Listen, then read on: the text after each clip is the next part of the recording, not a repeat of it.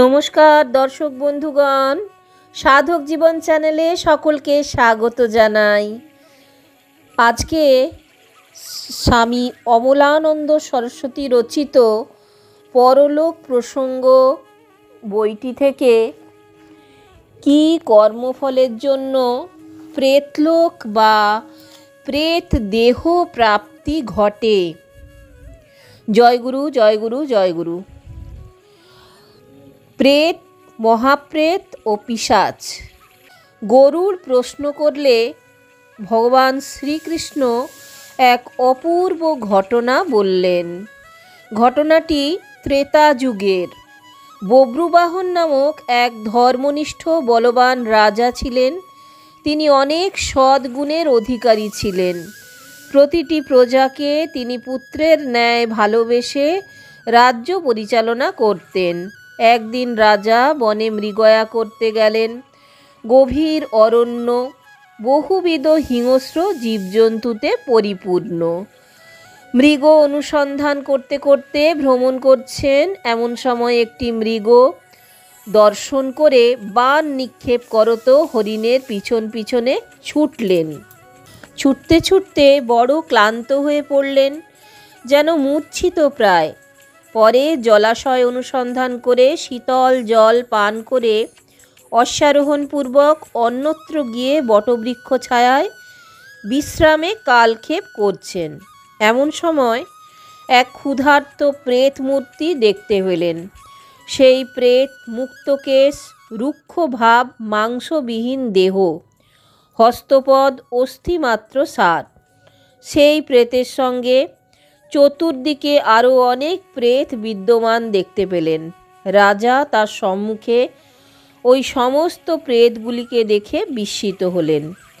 প্রেত রাজাকে বললেন, আজ আমি আপনাকে দর্শন করে পরম গতি লাভ করলাম। আপনার দর্শনেই আমি ধন্য হলাম।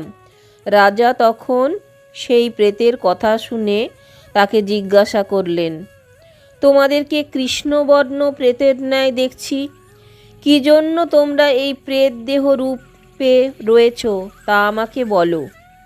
তখন এক প্রেত উত্তর দিল, মহা সমৃদ্ধি সম্পন্ন জনবহুল স্থানে বহু রত্ন সম্পন্ন ও বহুবিধ বৃক্ষরাজিতে পূর্ণ বৈদেশ নামক নগরে আমি বাস করতাম।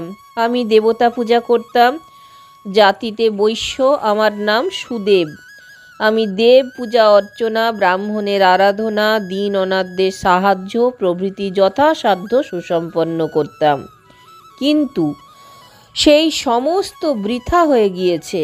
বৃথা হয়েছে এই কারণে যে আমার এমন কোনো সন্তান সুহৃদ মিত্র নাই যে আমার ঊর্ধ্বদৈহিক ক্রিয়া করবে। ঊর্ধ্বদৈহিক ক্রিয়া না করলেই প্রেত দেহ প্রাপ্ত হয়। একাদশকৃত সন্ন্যাসিক শ্রাদ্ধ প্রভৃতি কিছুই আমার হয় নাই। ষোড়শ শ্রাদ্ধ যার হয় না, সে তো শত শত শ্রাদ্ধ করলেও প্রেতীভূত হবেই। আপনাকে সমস্তই জানালাম। রাজাই হচ্ছে সর্ববর্ণের বন্ধু, কাজেই আপনি আমাকে প্রেত দেহ হতে মুক্ত করুন, এই আমার একান্ত প্রার্থনা। আমাকে উদ্ধার করুন আর আপনার ঊর্ধ্বদৈহিক কার্যের কথা চিন্তা করে এখন হতেই তৎপর হন। রাজা তখন সেই প্রেত মূর্তিকে জানালেন, ঊর্ধ্বদৈহিক কার্য সম্পন্ন করলেও কেন প্রেতত্ব প্রাপ্তি ঘটে, আর মানুষ কেনই বা প্রেত হয়ে থাকে।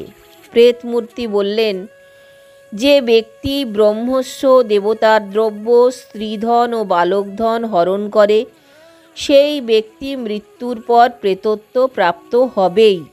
আর যারা তাপস্বী, স্বগোত্রা ও অগম্যা নারীতে গমন করে, তারা মহাপ্রেতজনই প্রাপ্ত হয়।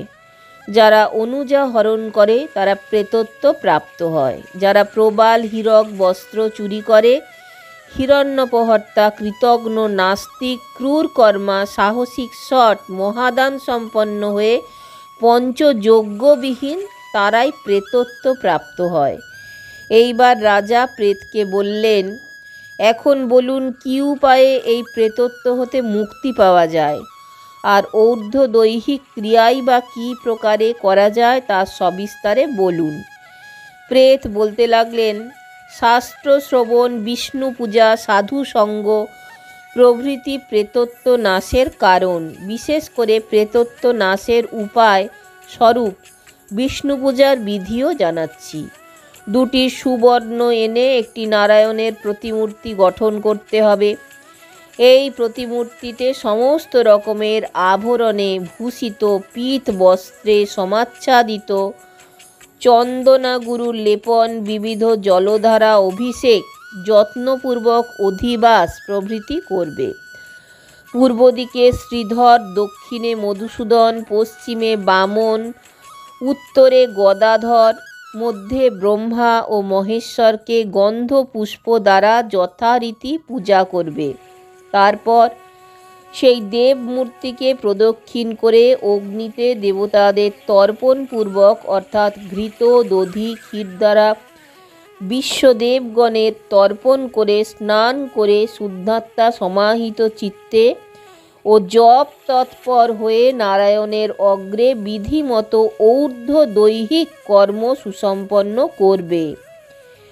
বিনীত ও ক্রোধাদিশূন্য হয়ে কার্য করতে হবে। সর্বপ্রকার শ্রাদ্ধ করে বৃষোৎসর্গ করতে হবে। ত্রয়োদশ বিপ্রকে ছত্র, উপানহ, আঙ্গুরীয়, রত্ন, ভোজন, আসন, ভোজনদ্রব্য প্রদান করতে হবে। প্রেতের হিতের জন্য অন্ন, জলপূর্ণ কুম্ভ, শয্যাঘট প্রভৃতি দান করতে হবে।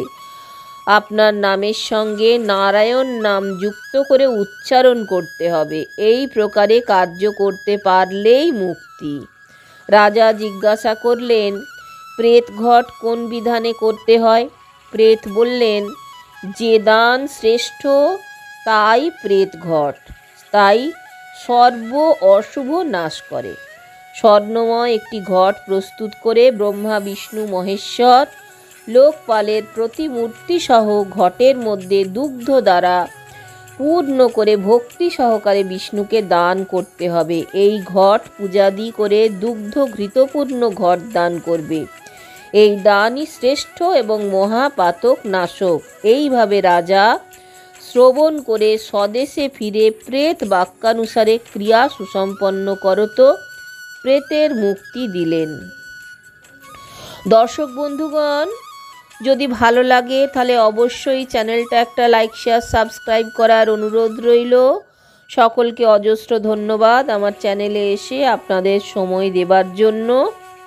জয় গুরু, জয় গুরু, জয় গুরু।